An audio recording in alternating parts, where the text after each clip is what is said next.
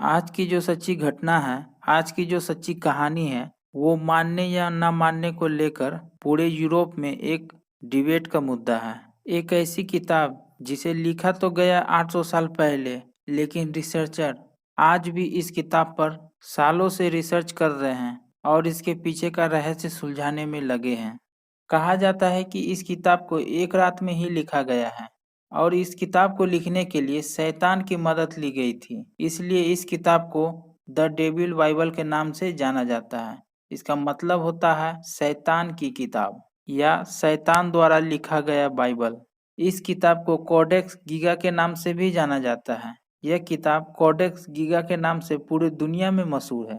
यह किताब 36 इंच लंबी, 23 इंच चौड़ी और इस किताब का जो कुल वजन है वो है 85 केजी।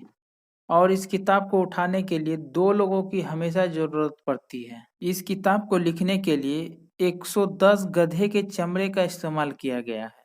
मतलब कि इस किताब का हर एक पन्ना गधे के चमड़े से बना है।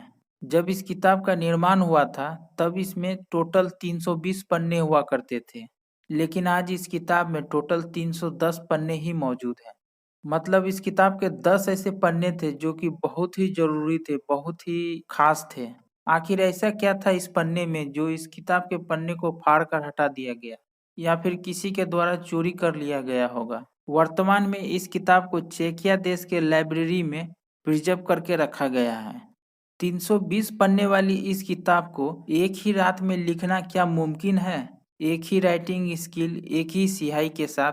और सबसे बड़ा सवाल, क्या इस किताब को लिखने के लिए शैतान की मदद ली गई थी? जानेंगे आज के वीडियो में। हेलो एवरीवन, आप लोग का स्वागत है हमारे चैनल पर। मैं हूं विपिन कुमार, आप सुन रहे हैं मिस्टीरियस कहानियां। ऐसे कई सारे रहस्य हैं, कई सारे सवाल हैं जिसका जवाब आज की वीडियो में ढूंढने की कोशिश करेंगे। इस कहानी की शुरुआत होती है आज से 800 साल पहले 13वीं सदी में। चेक गणराज्य देश के एक मठ में एक सन्यासी हुआ करते थे। कहा जाता है कि उस मठ के जो सन्यासी थे वो लगातार मठ के नियम कायदा कानून को तोड़ रहे थे। ये घटना लगभग 1204 से 1234 के आसपास की है। उस समय वहाँ पे बोहेमिया किंगडम हुआ करता था, मतलब कि बोहेमिया एम्पायर हुआ करते थे। जब वहाँ के राजा को यह बात पता चली कि मठ के एक सन्यासी मठ के नियमों का उल्लंघन कर रहे हैं तो फौरन उन्हें दरबार में हाजिर होने का आदेश दिया।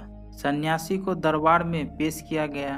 सन्यासी की बात को सुनकर और बाकी लोगों के बातों को सुनकर उस सन्यासी पे आरोप साबित भी हो गया, जिसके कारण वहाँ के जो राजा थे उन्होंने उस सन्यासी को मौत की सजा सुनाई और मौत की सजा के तौर पे उस सन्यासी को दीवार में चुनवाने का आदेश दे दिया।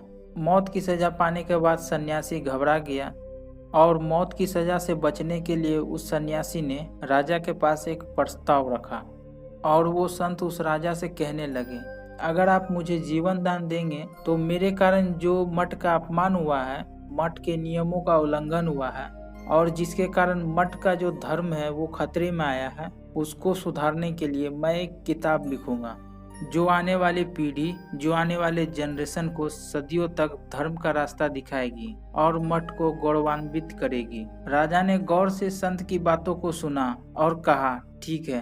राजा ने उस संत के आगे एक शर्त रखी, अगर तुम इस किताब को एक रात में लिखकर पूरा कर दो तो तुम्हें जीवन दान दे दिया जाएगा, और अगर तुम इस किताब को सुबह तक नहीं लिख पाए तो कल सुबह तुम्हें मौत की सजा दे दी जाएगी।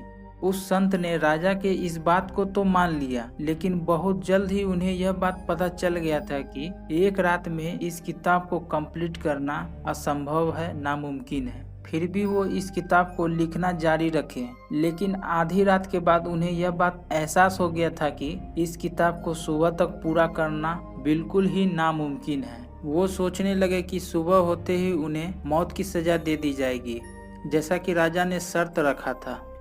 तब उस संत ने एक दूसरा रास्ता अपनाया और उस रात विशेष पूजा और श्रापित मंत्र के जरिए शैतान को अपने पास बुलाया और उस शैतान से इस किताब को पूरा करने की मदद मांगी। संत की बातों को सुनकर उस शैतान ने यह शर्त रखी कि ठीक है, इस किताब को मैं पूरा कर दूंगा, लेकिन बदले में तुम्हारी आत्मा मुझे सौंपनी होगी। उसके बाद संत ने उस शैतान की बात को मान लिया और सो गया।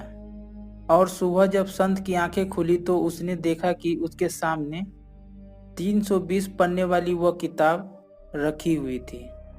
वह किताब जानवरों के चमड़े से बना हुआ था और उस किताब के एक पेज पर शैतान की चित्र बनी हुई थी।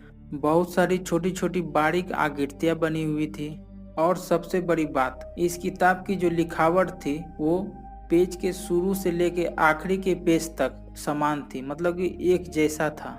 उस संत ने किताब के कुछ पन्ने को पलटा और देखने लगा, लेकिन इसी बीच उसे कुछ अच्छा नहीं लग रहा था। उसकी हालत खराब होने लगी और आखिर में उसकी मौत हो गई।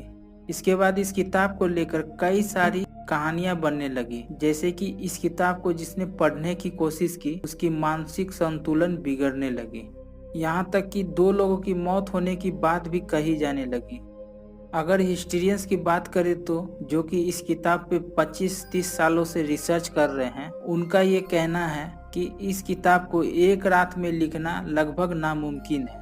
अगर कोई इंसान 320 पन्ने की किताब को आज लिखना शुरू करे तो उसे इस किताब को पूरा करने में लगभग 20 से 25 साल का समय लग जाएगा। और इतने लंबे वक्त में इंसान की जो लिखावट होती है, लिखने के जो तरीके होते हैं, वो वक्त के साथ बदलने लगते हैं। लेकिन रिसर्चर ने कोडेक्स गिगास के इस किताब को नोटिस किया कि उसके पहले पन्ने से लेकर आखिरी पन्ने तक लिखावट एक जैसी थी। अगर हम आज के वक्त में भी अगर किसी किताब को लिखने की बात करें जो कि 320 पेज की हो, तो इसे लिखने में लगभग 15 से 20 साल का समय तो आराम से लगेगा। और समय के साथ हर इंसान का जो हैंडराइटिंग है, लिखने का जो तरीका है, वो बदलती रहती है। ये नेचुरल प्रोसेस है और यही वो बातें हैं जो इस किताब को मिस्टीरियस और रहस्यमय बनाती है। रिसर्चर के लिए आज भी यह किताब एक मिस्ट्री से कम नहीं है और इस किताब के हर राज को जानने में, हर पहलू को जानने में रिसर्चर आज भी लगे हुए हैं।